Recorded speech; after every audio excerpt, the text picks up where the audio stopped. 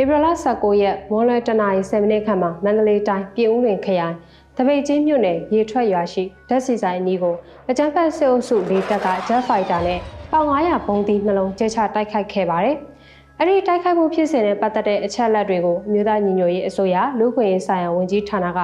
ဧပြီလ23ရက်နေ့ရက်စွဲနဲ့အခုလိုထုတ်ပြန်ထားပါတယ်။အဲ့ဒီဘုံကျဲတိုက်ခိုက်မှုဟာဓာတ်ဆီဆိုင်နဲ့လူစီကားရနေရာကိုကြားရောက်ပောက်ကွဲခဲ့တဲ့အတွက်လာသားအရွယ်ကလေးတွေနဲ့အမျိုးသမီးတွေအပါအဝင်ပြည်သူ32ဦးသေဆုံးခဲ့ပြီးပြည်သူ22ဦးထိခိုက်ဒဏ်ရာရရှိခဲ့တယ်လို့ဓာတ်ဆီဆိုင်အပါအဝင်နေအိမ်24လုံးမိလောင်ပျက်စီးခဲ့တယ်လို့ဆိုပါတယ်။ဘုံကျဲတိုက်ခိုက်ခဲ့တဲ့ဘုံသီးနှလုံးအနက်ဒုတိယအလုံးကနေအိမ်တစ်လုံးပေါ်ကိုတက်ထိမှန်ခဲ့တဲ့အတွက်အဲ့ဒီနေအိမ်မှာရှိတဲ့ပြည်သူတွေရဲ့ထိခိုက်မှုသေဆုံးမှုတွေကိုစည်ရင်းကောက်ယူရန်အခက်အခဲဖြစ်ပေါ်နေပြီးပြည်သူ9ဦးကခန္ဓာကိုယ်မရရှိတဲ့အတွက်သေဆုံးစည်ရင်သွင်းခဲ့ရတယ်လို့ထုတ်ပြန်မှုမှာရေးသားထားပါတယ်။နောက်ဆက်တွဲအနေနဲ့ဒေသခံပြည်သူတွေဟာစားဝတ်နေရေးခက်ခဲနေကြက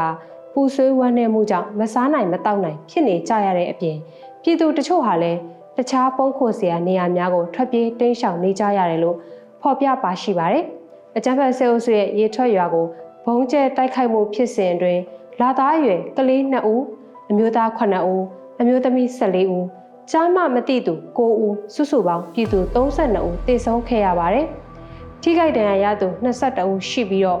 ကလေး9ဦးကြား9ဦးမ2ဦးအမျိုးသား6ဦးနဲ့အမျိုးသမီး10ဦးတို့ဖြစ်တယ်လို့လူ့ခွင့်ရေးဆိုင်ရာဝန်ကြီးဌာနရဲ့စာရင်းတွေအရသိရပါတယ်။အဆိုပါအချက်အလက်တွေကဧပြီ22ရက်ည23နာရီအထိနောက်ဆုံးရရှိထားတဲ့အချက်အလက်တွေဖြစ်တယ်လို့လည်းဝန်ကြီးဌာနကအသိပေးထားပါတယ်။အကြမ်းဖက်စစ်အုပ်စုဟာအပြစ်ခတ်ရဲစဲရေးကိုဟန်ပြကြေညာထားပေမဲ့တကယ်လက်တွေ့မှာတော့လေကြောင်းတိုက်ခိုက်မှုတွေစစ်ကြောင်းထိုးမှုတွေကိုနေ့စဉ်ရက်ဆက်ပြုလုပ်လျက်ရှိပြီးအချက်အလက်တွေအရစကိုင်းငလျင်ကြီးလှုပ်ခဲ့တဲ့မလ28ရက်နေ့ကနေဧပြီလ23ရက်နေ့အထိကိုလေကြောင်းတိုက်ခိုက်မှုဖြစ်စဉ်ပေါင်း196ခုရှိခဲ့ပြီးအဆိုပါဖြစ်စဉ်တွေမှာပြည်သူ209ဦးသေဆုံးခဲ့ရတယ်လို့သိရပါတယ်။အဆိုပါသေဆုံးသူတွေထဲမှာကြား52ဦး